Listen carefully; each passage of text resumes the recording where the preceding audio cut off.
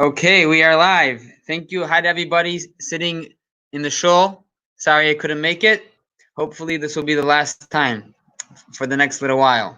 Okay, so today we learn about the greatness of learning Torah. Why a Jew has to learn Torah every day. So somebody told me, I was speaking to somebody in the street, I told them, why don't you come to shul and learn? There's 4 new boys coming. They're over here in Florida, ready to learn with you Torah. As soon as you would like to come to shul, we can teach you a little bit of Torah. So he told me, I do mitzvot. I don't learn Torah.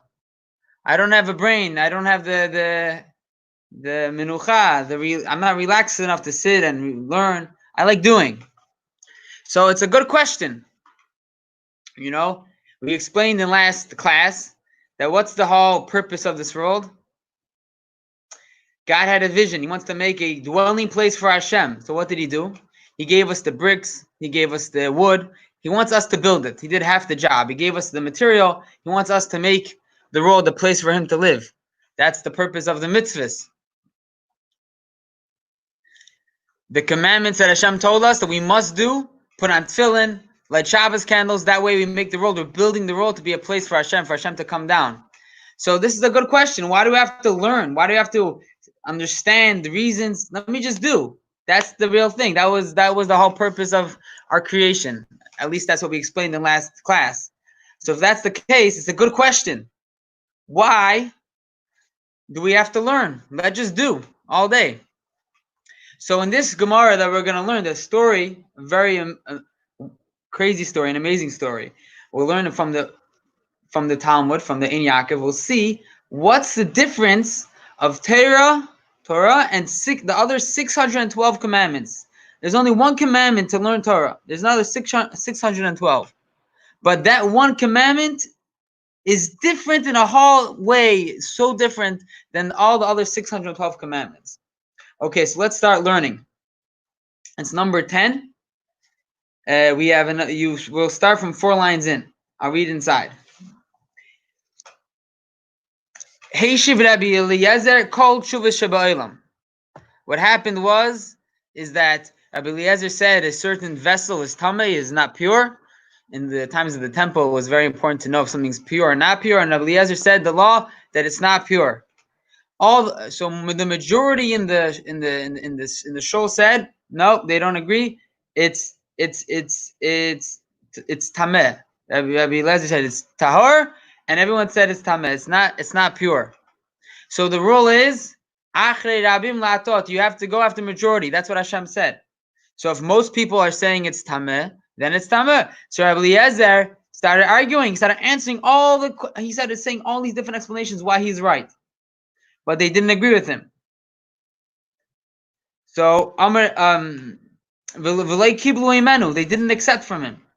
Amar lahem. So he told all the rabbis in the house of study, in the Bet Medrash, he said, "Im halacha kamaisi." If the law is like me, charuv zeh, this charuv tree yechiach, should prove that I'm right.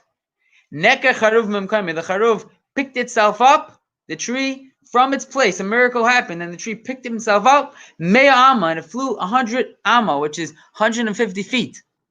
V'amrila, there's a different opinion that it was daud meis amma. It was 400 amma, which is 600 feet.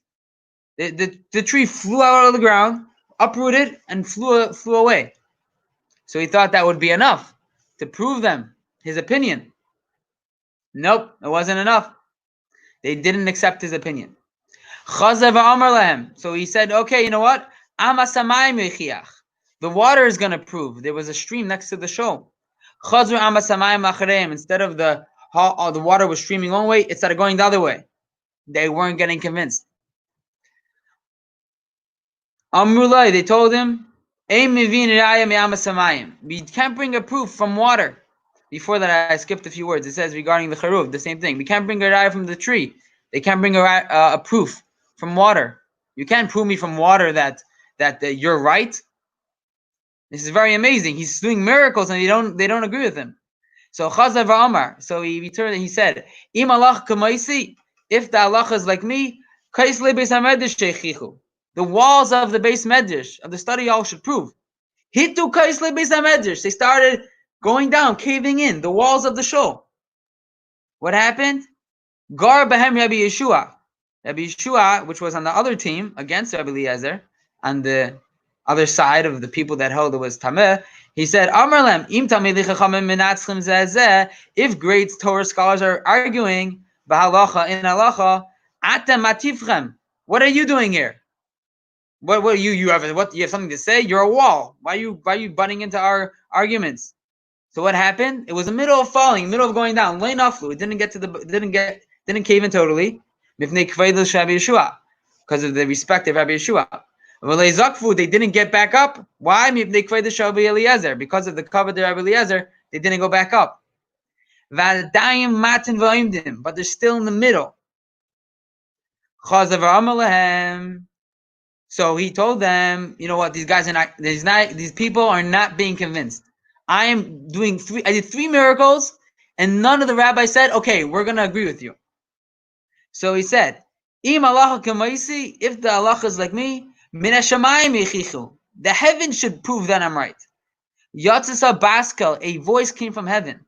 Va'amra, and this voice said, what do you guys have the audacity to argue with me? What do you have the audacity to argue with Rabbi Eliezer? He always has the right intention, gets to the halacha in every place.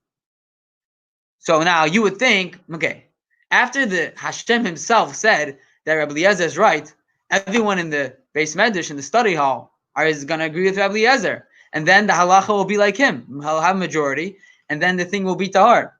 But no, Amar Rabbi Yeshua Raglav. Rabbi Yeshua stood on his feet. Va'omar, Loi Bashamayimi. The Torah was not given to the heavens. It was given down here on the earth. This is a very shocking statement. Rabbi Yeshua is arguing with Hashem. So the Gemara asks, "My loi bashamayim, what does it mean? Loi bashamayim, it's not in the heaven." Amar Rabbi Yirmiyah. Rabbi Yirmiyah said, "Shekvar nosna Torah mehar Sinai." The Torah was given from Har Sinai. Hashem gave it to us as a present. Einanu mashkichim bebasko. We are not going to care about a voice from heaven. Shekvar kasafta b'Torah. It says in the Torah already, Bahar Sinai, achrei rabu mahatais. We go after majority. This is an amazing Gemara. It's an amazing concept. It's shocking. Rabbi Yeshua is saying, sorry, you gave us the Torah thousands of years ago. You can't come and butt it. You can't come and say this is like this and this is like that. We are going to decide what the Torah means. So let's think. What does it mean? What does it mean when it says in the Rabbi Yeshua and all the rabbis in the shul, and they're learning Torah, and Hashem tells them that Allah is like Rabbi Eliezer, and what do they say? They say, no, we don't care. We don't care. We don't care. We don't care we got the Torah, and we're going to decide what it means. Okay, so we're going to move on a little more in the Gemara, and we'll see how much it's important to the rabbis, Rabbi Gamliel, which was the leader of all the Jews, and Rabbi Yeshua, that the halacha should not be like Rabbi Eliezer, even though Hashem said. Rabbi Gamliel gave up his life for this. He was on a boat, we're going to say soon, he was on a boat, and he was about to sink, and he stood up and told Hashem, I didn't fight Rabbi Eliezer for my respect.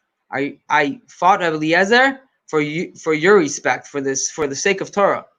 And actually, Rabbi Gamliel, which was the leader of the Jews, and he was on the other team, he actually died. He passed away because of this fight. So they really gave up their lives for this concept. So let's try to understand what this concept means.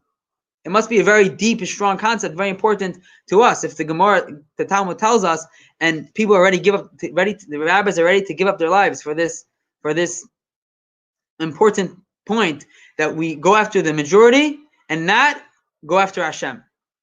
So let's try to understand what's the difference of Torah and all the other mitzvahs.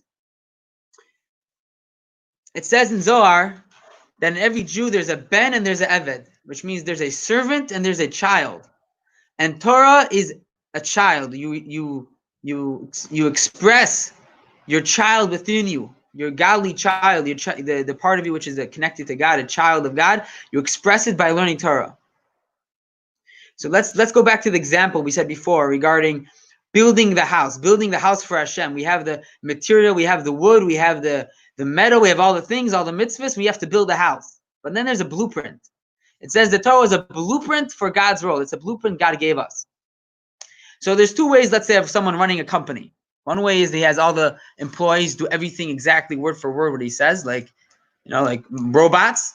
And then there's somebody which gives over his dream, his mission to the people that he hires, that he doesn't need to go every single detail, on top of their head. He lets them make their decisions because he trains them and leads them on to his ultimate goal. So that's back to Hashem and us. I sort of, skipped the point in last class when I said that Hashem just wants us to do, because he also wants us to be part of it. He wants us to be part of his dream, understand his dream. And that's what it means in the Zohar when it says that a Jew is a child of Hashem. What does it mean, a child? It says it in the Torah also, but it explains it more in the Zohar. A child, he's another person, he's not you. But he has a brain, he has feelings, but he is just like you. Everything he has is from you. He's another you. He's not more you, he's another you. So what's Torah? What's so special about Torah? When it comes to a mitzvah, Hashem tells us, put on tefillin. You have nothing to think about. You have to put on a tefillin. When it comes to Torah, you sit down, you open the book, he wants you to understand. Hashem wants you to begin thinking like him, to understand his goal, to understand his passion, to understand his mission. He wants you to be part of it. That's why we learn Torah, all different parts of Torah. For example, I'll give you an example. In Torah, there's a whole tractate explaining how you should trust somebody, if he's lying, if he's saying the truth. Before you learn that book, you would think a whole different way how to trust people. But once you learn it, you have a whole different vision of how to trust somebody, which means your brain naturally starts thinking like Hashem. Every single person has to have this level, this connection as much as possible, connect to Hashem in a way that he understands Hashem, that he thinks naturally like Hashem. But let's not stop there. It gets deeper. And that's what this Gemara is telling us. This story is a lesson. It's teaching us that a child is not like his father exactly. He's like his father's potential. The potential his father has. I have a friend that both of his parents are mute. They can't speak and they can't hear, unfortunately. But all of their kids, perfectly fine. Now, if everything comes from the parents, how is it possible for these kids to have, thank God, very good communication skills? Well, their parents didn't even train them or didn't have it in them. So the answer is that the reason why his parents can't speak and can't hear is because it's a default in their body. But their soul has hearing, has the power of listening and speech. And that's what they gave over to the kid. They gave over the potential. Every child can be greater than his father because he has the potential of the father. He has the essence of his father. So too by Hashem. Not only Hashem wants us to be just like him, think like him, feel like him. He wants us to really be like him, to have his potential and to reveal it. In a certain sense, reveal it more than he does. That's what Rabbi Shua is saying. He's saying, we're not going to listen to Hashem. We're going to do what we think. We are going to do what we think because we have Hashem in us. Our intellect is not just a human intellect. It's a godly intellect. We could express Hashem's knowledge in our brain in a way more than Hashem could do himself. Hashem gave us the Torah. He gave us the blueprint. We are the ones that have to reveal it, to express it.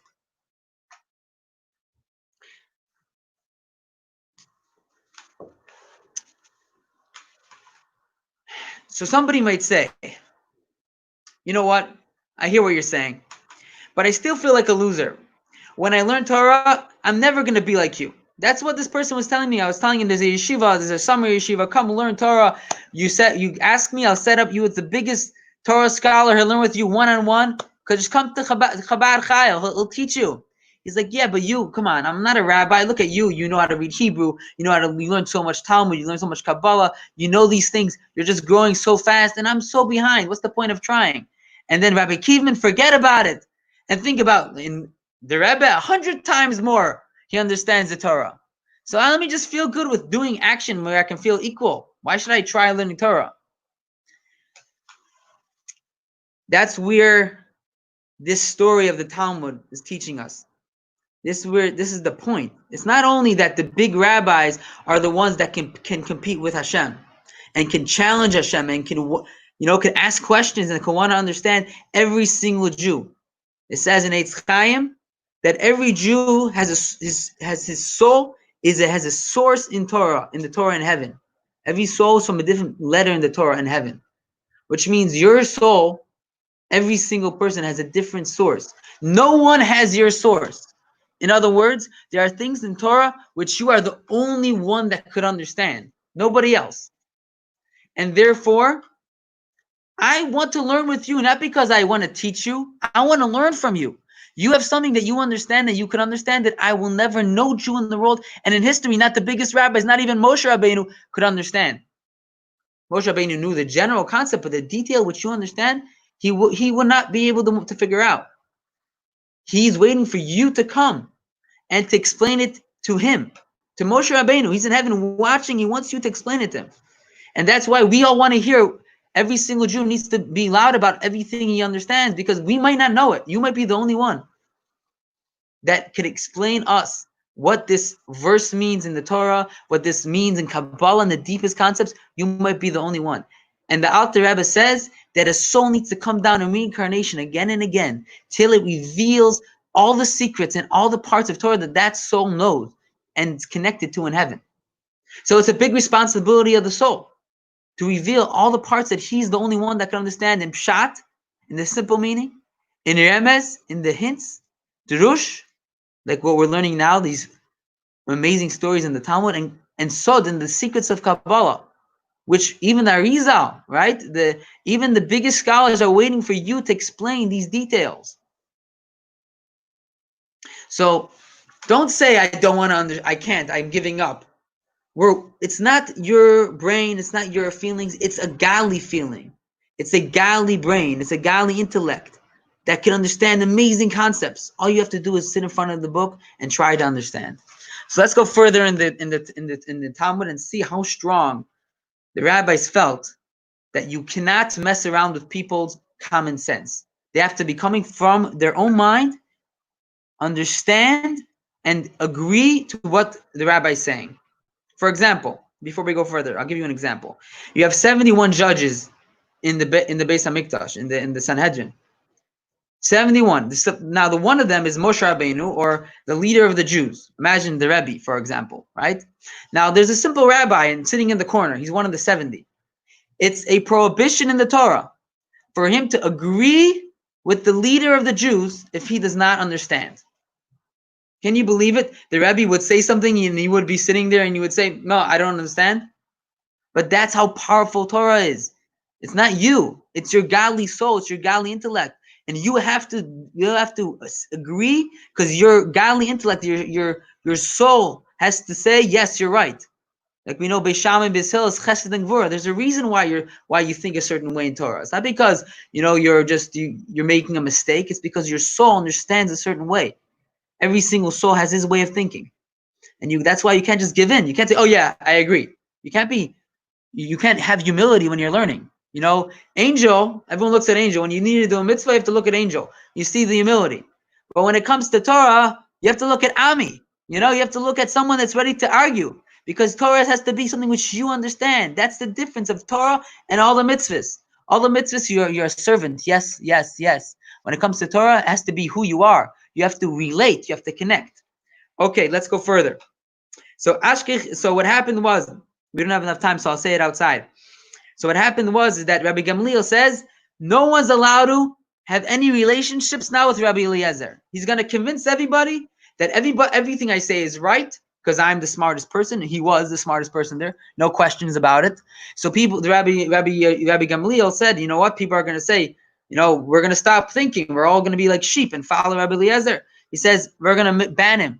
You have to stay away from him. Now, this was a very scary thing. Messing with Rabbi Eliezer, it's dangerous. So they sent Rabbi Akiva, which was a big Torah scholar. And he went to Rabbi Eliezer, and he was dressed in black, and he was ripped clothes. And Rabbi Eliezer says, why are you so sad? He says, because everyone is staying away from you. So Rabbi Eliezer also ripped his clothes, because he was sad that he came to such a level that people had to stay away from him. And what happened is that in that time, a third of the wheat and a third of the barley and a third of the olives in the road all got ruined because of the sadness of this separation they had to have from such a spiritual person, such a great tzaddik. And what happened is that the wife of Rabbi Eliezer was sisters of Rabbi Gamliel, which was the Jewish leader. And he was scared that if Rabbi Eliezer would do tachnun and go put his face down on the ground, it would be a decree in heaven, and Rabbi Gamliel would pass away. So she would stand there next to make sure that whenever he davened, he would not put his face on the ground.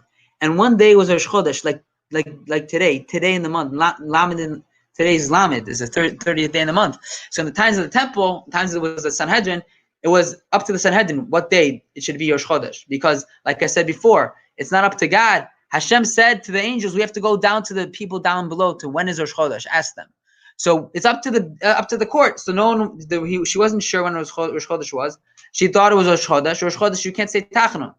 So she wasn't watching over him. What happened it wasn't Rosh Chodesh, so he started saying Tachanun. He put his face on the ground when he was saying the Tachanun, and Rabbi Gamliel passed away.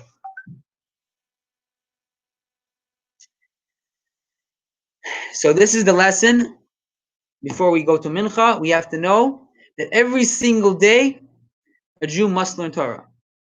Learn Torah to know the truth of the Torah. Not because you want to, don't make a mistake with this lesson that you have to always argue just to show off. God forbid. This was Rabbi Eliezer's complaint. Rabbi Eliezer was actually complaining. The Maharsha explains. He wasn't saying, oh, you guys have to listen to me. He was saying, you guys are not being open-minded. You guys are being sort of stubborn. If you guys would just be open-minded and listen to what I'm saying, you guys would agree. So that's why he was saying, even though usually you have to go according to majority, but I'm saying something which makes sense, you guys should agree. So, but he had a true point. You have to try to know the truth. You can't just be out there to argue. There's a story of the Rebbe. And one time he was saying a joke. Usually the Rebbe never said jokes, but when he said a joke, it was a very deep joke. The Rebbe said there was a Rosh Yeshiva that all he was good at was proving other people wrong. That's So when he went to heaven after 120, Hashem said, "What was your job? What do you do for a living?" So he said, "I was Rosh Yeshiva." Oh, big Rosh Yeshiva. So the Rebbe asked him, "Okay, so tell me a shir, tell me a class, something deep concept." So you know what, Hashem, you say something and I will prove you wrong. The Rebbe was laughing. Of course, that can't be the goal. The goal has to be trying to find the truth. But when you're very, very, very strong, you have a big ambition and you're driven for the truth, then everything is good. If you want to argue, the Rebbe told the student that he says, I argue too much. The Rebbe said, that's how you get to the truth. That's how you reveal your true intellect, is by the challenging each other, challenging almost Hashem. That will bring you to start thinking. You'll change your brain. A good teacher is not someone that wants to listeners. He wants people that argue back, people that are ready to absorb and squeeze into their head the great wisdom of Hashem till they actually get it and connect and become one with Hashem. Be real children of Hashem. So I want to wish everybody, even though I don't have the feedback, but I want to wish everybody that we should all become real children of Hashem, and we should actually sit and learn and connect our brains and learn every single day and become one with Hashem, and have to rip ourselves off from the Talmud to do a mitzvah. We should be just so connected with the Torah, with Kabbalah, till we become one with Hashem and bring Mashiach. Have a good day.